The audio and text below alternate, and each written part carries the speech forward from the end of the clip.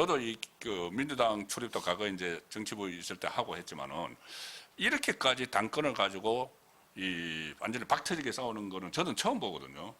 지난번에 그 말씀 하셨잖아요. 그 말씀 하셨어요. 제가 다른 방송 가서도 이렇게 써먹었는데 이게 국민의힘 안에서 싸우는 건 병정놀이 수준이다. 국민의힘은 병정놀이고 저기는 진짜 칼 들고 싸운다. 그런데 그 칼 들고 싸우는 그때 지금까지도 칼 들고 싸웠지만 이번에는 거의 뭐 목을 겨눠가지고 싸우거든요.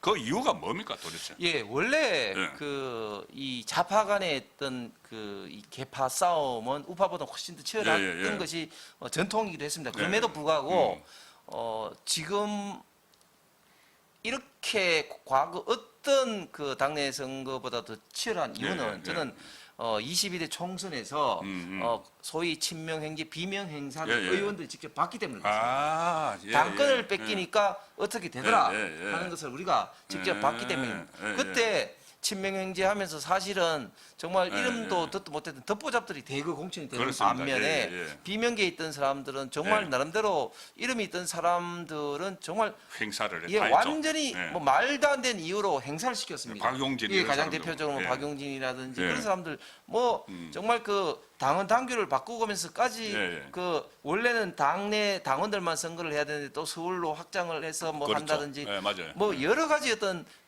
규정을 바꾸어서까지도 박용진을 떨어뜨린 걸 우리가 봤습니다. 그렇기 때문에 민당 의원들 입장에서는 이번에 만약에 이제 정청래가 잡거나 아니면 김민석이 잡으면 정말 자기들의 정치생이 끝난다 이런 생각을 하기 때문에 과거 어떤 민주당 전당대회보다도 목숨을 내걸고 하는 그런 어떤 치열한 싸움이 됐는데 그런데 지금은 당 내도 당내지만 당 외 싸움도 굉장한 것 같아요. 그렇습니다. 이 소위 말하는 좌파 유튜버들 싸움. 유튜버들끼리 완전히 갈라졌어. 유튜버들끼리 소위 말해서 이 정청래 친문 쪽에 보면은 김어준, 매불쇼, 박시영, 뭐 이런 어떤 청들이 딱 있고 또 이쪽에는 뭐 이동영, 뭐 또 김용민, 뭐 등등등 쭉 있는데 야. 좌파 유튜버들 나오는 말 보면 정말 살벌합다. 살벌해. 저는 잘 뭐 좌파 유튜브 잘 안 보지만 저도 뭐 듣는 걸 하면은 서로 그 전에는 같이 이제 동지라고 이렇게 했는데 지금은 완전히 이제 적이 돼가지고 사실 결단을 내고 있는 이런 상황이고 특히 그 이재명 최근에 지지율 추락 가지고 김어준하고 그러니까 저기 정청래 쪽의 김어준하고 이재명 쪽의 이동영하고 김용민하고 막 붙었어요. 지금 그런데 김어준의 그 분석이 저는 참 어이가 없다는 생각을 했는데 그러니까 이재명 지지율 떨어지는 이유를 물론 이제 그 뭐 이재명 공천치수도 있고 참정권 문제도 있고 그래서 이제 중도층들이 떨어져 나가는데 진보층도 떨어져 나가잖아요. 진보층 떨어져 나가는 이유를 완전히 지금 다르게 해석을 하고 있어요. 김어준은 코아 지지층 그러니까 문재인 쪽으로 그 DJ 친문으로는 이 지지층이 빠져나가기 때문이다. 이렇게 그 김어준은 주장을 해요. 그러니까는 우리가 김어준 쪽에 우리 편이 이재명 쪽에서 빠져나가고 있다. 이렇게 주장을 하고 이동영이나 이런 쪽에서는 코아 지지층은 웬만해서 빠지지 않는다. 안 빠져서 코아 지지층 아니냐 하는데 어쨌든 다른 이유들은 이제 다 이제 아시는 거고 이재명 지지율 빠지는 이유가 뭐 공소취소나 뭐 부동산 값이나 물가나 이 참정권 문제 아시는 거고 좌파에서 이재명 지지율이 빠지는 진짜 이유는 뭐라고 보세요? 저는 지금 그 김어준 털보가 이야기하는 것도 상당히 좀 일리가 있다고 생각합니다. 일리가 있습니까? 왜냐하면 지금 김어준의 뉴스공장이라든지 특히 딴지일보 게시판 이런 데 가보면 정말 그 입에 담을 수 없는 뭐 욕설도 막 튀어나오는데 예를 들면 뭐 김민석은 아예 거기서는 뭐 사람 취급조차도 하지 않고 이재명에 대해서는 이제 사람과 짐승 사이 한 경계선점으로 취급을 합니다. 뭐 그 정도로 지금 비판 수위가 굉장히 높기 때문에 그 사람들이 당장 뭐 국민힘을 지지하지는 않겠지만 최소한 여론조사라든지 이런 걸 오면은 아마 그 무응답 내지는 뭐 이렇게 받지 않는 그런 어떤 청들이 있기 때문에 자연스럽게 이재명 지지율은 일정 부분 영향은 미치리라 봅니다. 뭐 그럼에도 불구하고 그게 과연 코어냐 아니냐 뭐 이건 또 다른 이야기인데 그래서 지금 김어준 이야기 나오는 거 보면 진짜 살벌하지 않습니까? 하는 이야기가 전통적으로 그 진보 진영은 가치 연대 집단이고 가치를 배반하면은 버려지고 다친다. 이낙연 같은 경우 그때 박근혜 박근혜 대통령 그런 사면론. 사면을 네. 이야기했다가 버려지는 케이스를 봐라. 예, 예. 나도 이재명 대통령이 그런 전철을 밟을까 다칠까봐 예, 예. 겁난다. 그런 식으로 해서 대놓고 이제 이재명 대통령을 대통령으로 직격을 하고 예. 또 협박을 하고 있는 거 아니겠습니까? 예. 그러니까 이제 좌파 유튜브 사이에 어떤 이야기 나오냐면 김민석 나오기만은 기다리는 사람들이 많아요. 완전히 융단 폭격을 내리려고. 폭격을 하기 위해서. 융단 예, 폭격을 예, 하기 위해서. 예. 그다음에 또 재미있는 것은 또 정청래 같은 경우는 뭐 어제 문재인도 만났지만 유독 강조하는 대통령이 누구냐? 노무현입니다. 노무현이죠. 제가 뭐 노사무라고 이야기를 하고 뭐 했어요. 예, 왜 노무현을 강조하느냐? 예, 예. 결국은 노무현 당시 대통령 후보 선거 때 배반한 사람이 누굽니까? 김민석이지 않습니까? 예. 당시에 정몽준 쪽으로 갔죠. 후단협이다 먹어가면서 그런, 해서 예, 결국은 예. 배반을 한 사람이 이제 김민석이기 때문에 예. 계속해서 그것을 민주당 전통적인 당원들에게 계속해서 리마인드를 시키면서 예. 본인하고 어떤 차별성을 확실히 예. 부각하려고 하는데 어쨌든 지금 좌파 유튜브들은 김민석 나오면은 융단 폭격하려고 예. 예를 들면 뭐 배추 장사부터 시작해서 여러 가지 예. 소스가 아마 나올 거라는 그런 이야기 그전에 청문회 많습니다. 때 나왔던 배추장사. 네네. 예. 그래서 일단 이제 이재명 지지율 빠지는 이유를 일단 이 기존의 그 보수층이 약간 기대를 했다가 완전히 이제 접은 보수층이 있고, 그다음에 중도층이 확 빠진 게 있고, 중도층이 빠지는 거는 뭐 공소취소나 이런 문제 때문에 빠지는 거고, 진보층 유권자들이 빠지는 거는 그러면 결국은 이 기존의 그 대주주들, 기존의 좌파의 정통성을 가지고 있다고 자기들의 가치를 추구한다는 그 대주주들이 이재명을 버리기 시작을 했다는 이야기가 되는 거예요. 그렇죠. 이재명 버리기 시작을 했다. 그러면은 김호준이 그 말을 했거든요. 이재명 나중에 다칠 수도 있다. 그리고 곧 왕창 흔들린다. 이런 이야기를 했는데, 그러면 그 김호준하고, 근데 지금 이재명도 어쨌든 지금 정권을 갖고 있잖아요. 그렇습니다. 갖고 있어서 만만치 않은데 이 성부가 어떻게 될 걸로 보세요. 여기는 이제 어제 문재인 서울에도 오고 정청래 그렇죠. 만나고 했는데, 네네네.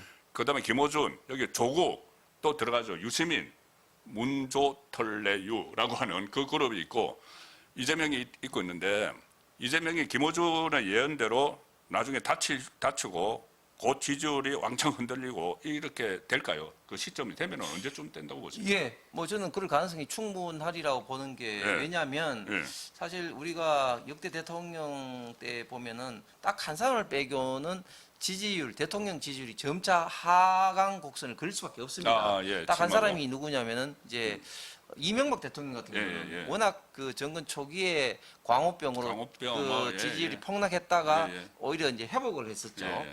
그 이명박 대통령을 빼고는 모든 정권에서 사실은 시간이 가면서 다 하강을 하게 됐는데 이재명도 대통령으로서 지지율이 네. 이제 오를 가능성 거의 없다. 예. 어느 정도 단계로 떨어질 것이냐. 예. 이제 이게 남았는데 예.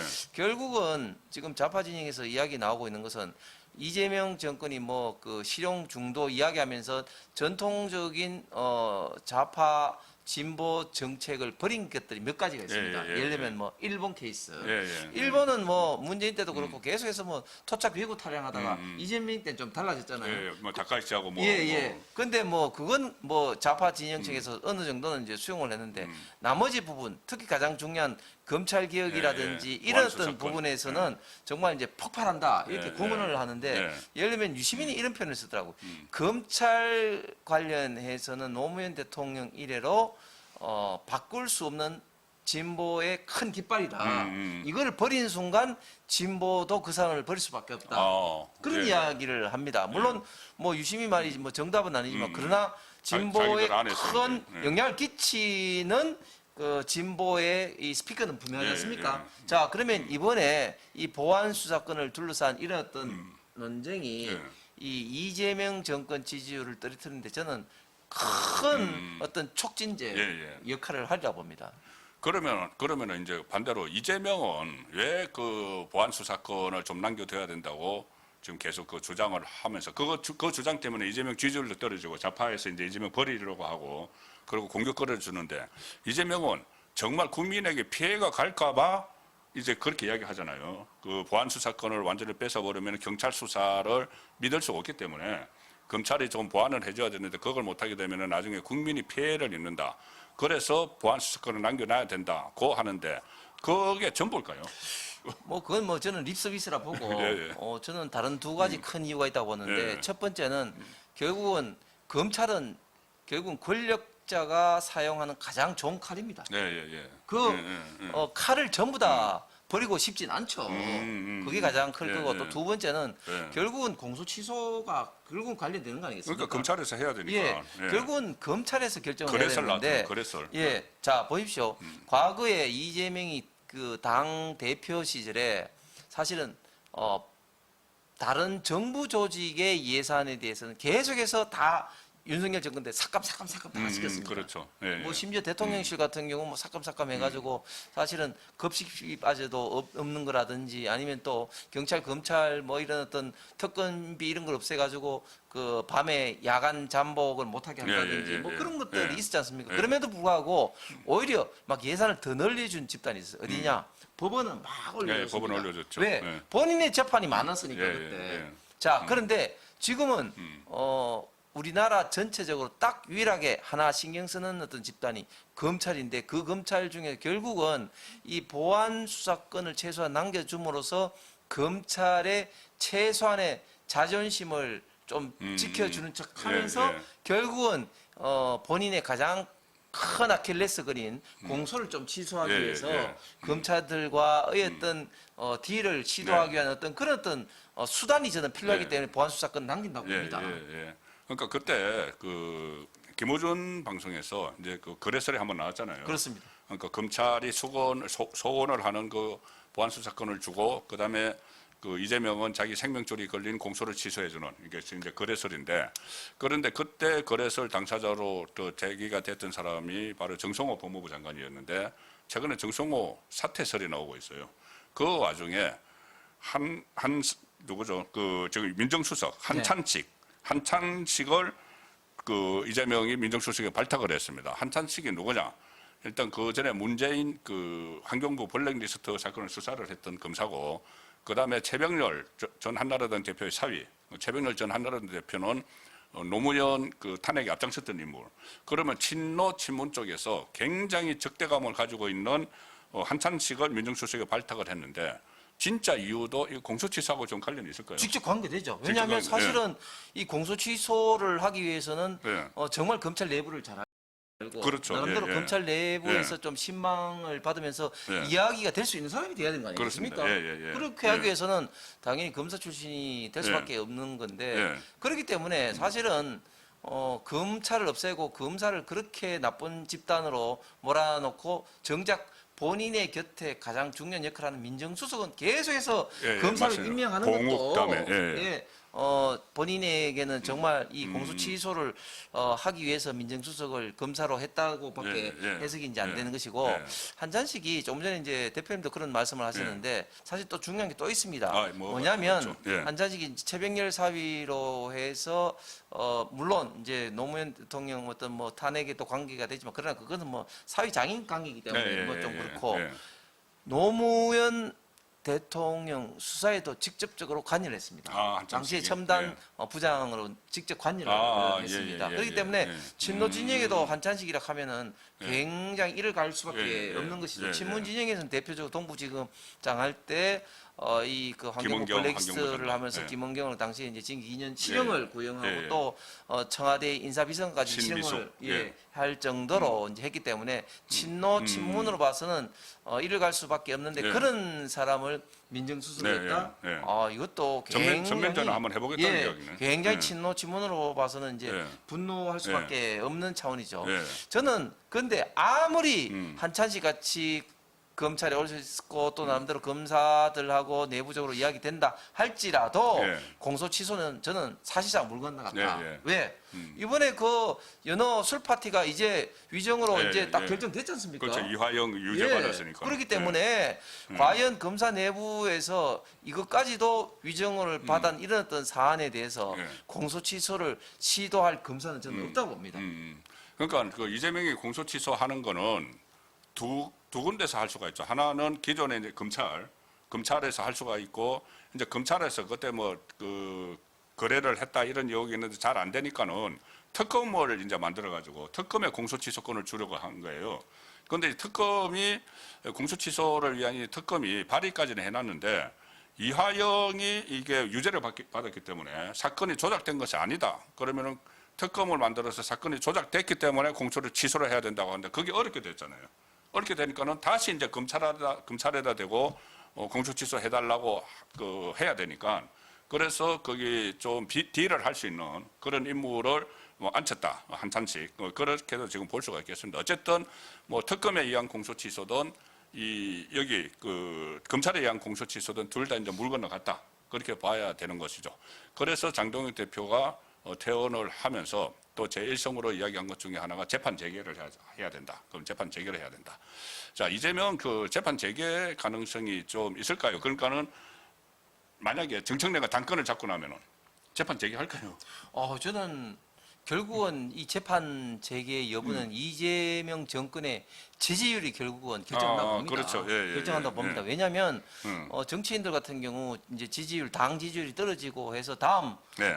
총선에서 당선 가능성이 없다고 하면은 네. 굉장히 불안해질 수밖에 없는 그렇죠. 것이죠. 예, 그러면 재판 재개에 대해서 뭐 적극적으로 모르지만 최소한의 어떤 동의는 저는 할 수 있다고 예, 봅니다. 예. 자, 그렇기 때문에 지지율이 모든 것을 이제 결판나게 돼 있고 예. 특히 사법부에서도 뭐 저는 참 국가를 위해서 바람직하지 않다고 봅니다만 사법부에서도 이 여론의 이런 어떤 동향을 예. 볼 수밖에 없는 거 예, 아니겠습니까? 계속 그렇게 그 판결에 나오고 있어요. 그렇게. 예, 그래서 예. 결국은 예. 이번 참정권을 이제 넘어가면서 또 계속해서 이재명 정권의 지지율이 폭락하면 예. 이 당 차원에서 즉 정치권 차원에서 그 다음에 또 법원 차원에서도 재판 재개의 가능성이 예. 굉장히 예. 열려 있다. 예, 예. 그렇기 때문에 이번 참정권 이 문제가 어떻게 해결되느냐 예. 하는 것들이 다 연결돼 있다고 하는 거죠. 그렇습니다. 그러니까 지금 좌파 안에서 친명, 친청 이렇게 싸우면 싸울수록 전당대회가 끝나고 나면은